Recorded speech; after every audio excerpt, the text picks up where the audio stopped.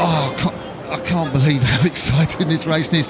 These two Dutch yachts, if you're watching us in Holland, welcome, welcome, welcome. You've got the lads from Amsterdam, Nereus University at the top of your screen. You know them, these two crews have raced, and then the lads from Delft, the Proteus-Eretes club, they are closest to you in the blue. This is a match-up and a half, and I'm sure we've got loads of viewers watching us in the Netherlands now. This is going to be a great race. Seems harsh to come all the way from Holland to race each other on the first day of Henley, but these are going to two great crews with two coaches who rode together in 1996 in the Dutch Olympic gold medal 8.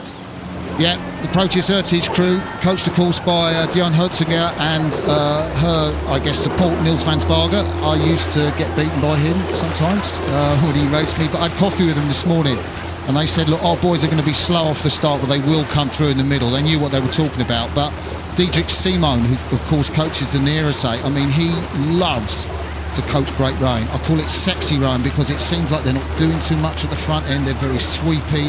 They can maintain a high rate. It doesn't look like it. He was one hell of a rower, Adrian, and you know, this 8 looks uncatchable now. It is fantastic, doesn't it? I mean, it's got a reputation for being quick out of the blocks, and here we are coming sort of about 2 or 3 minutes into the race.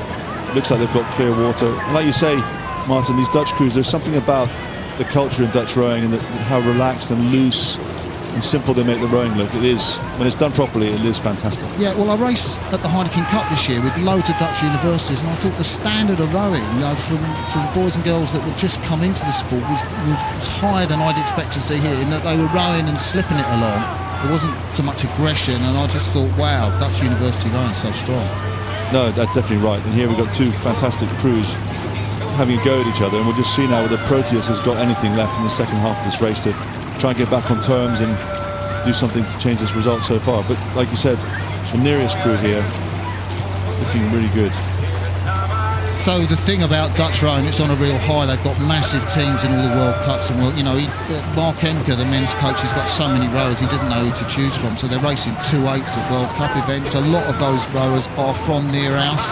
It's kind of, I guess, it's one of the most prominent student club that student members can continue to row for after they've left. And it's an interesting situation as well, because you can be at 2 different universities in Amsterdam and row for the other club, because the clubs are actually quite open. So even if you could be a student at one university but row for the other one because they're open, which I guess just means clubs like Nereus, who've done a good job over the years, just attract the right guys.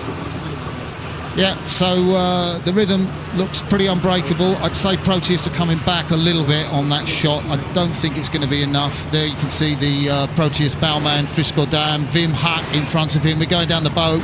Bart Overends, Nick van der Grift, Robert van Houten, Van der Toorn, Martin van Blokman, the key experienced man in the 7 seat, Jiri de Vos in the stroke seat, 23 years of age, and Linda van der Beek in the Cox's seat. And at the moment it's still that Clearwater gap. They're not going to make that up, are they? No, I don't think they are. Just that fast start just got them enough for the margin. They haven't carried on rowing away, but it was enough just to set the margin. And it looks like, I mean, they're working hard to stay there, but I can't see the result changing from here.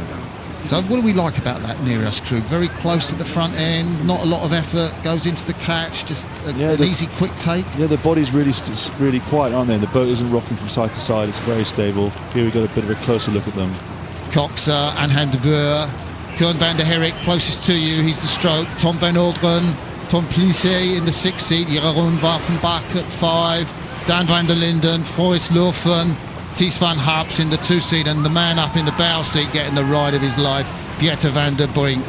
Competed here last year in 2017. But I'm forgetting all those names right, Martin.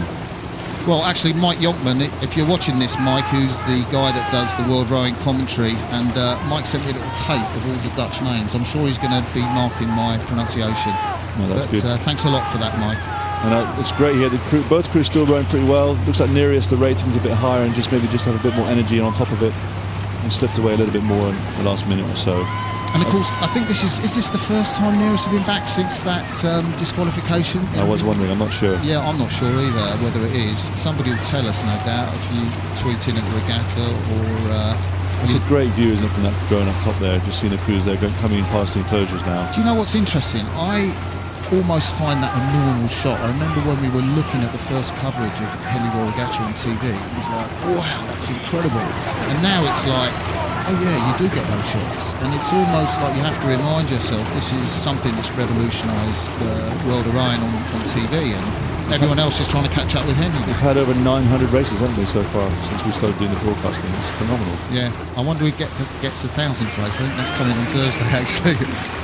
So Nereus, we can see them, they're about 15-20 strokes away. It's easy now for them, isn't it? That rhythm's never let up, but they're fairly straightforwardly down into sort of below cruise place as they come up towards the line. The students row on the Amstelveen in Amsterdam, coached by Judith Simon, as we've said, one of the star-studded Dutch rowers of the 90s and 2000s. And there are Proteus-Eretes and the University from Delft, and they had to settle for second best.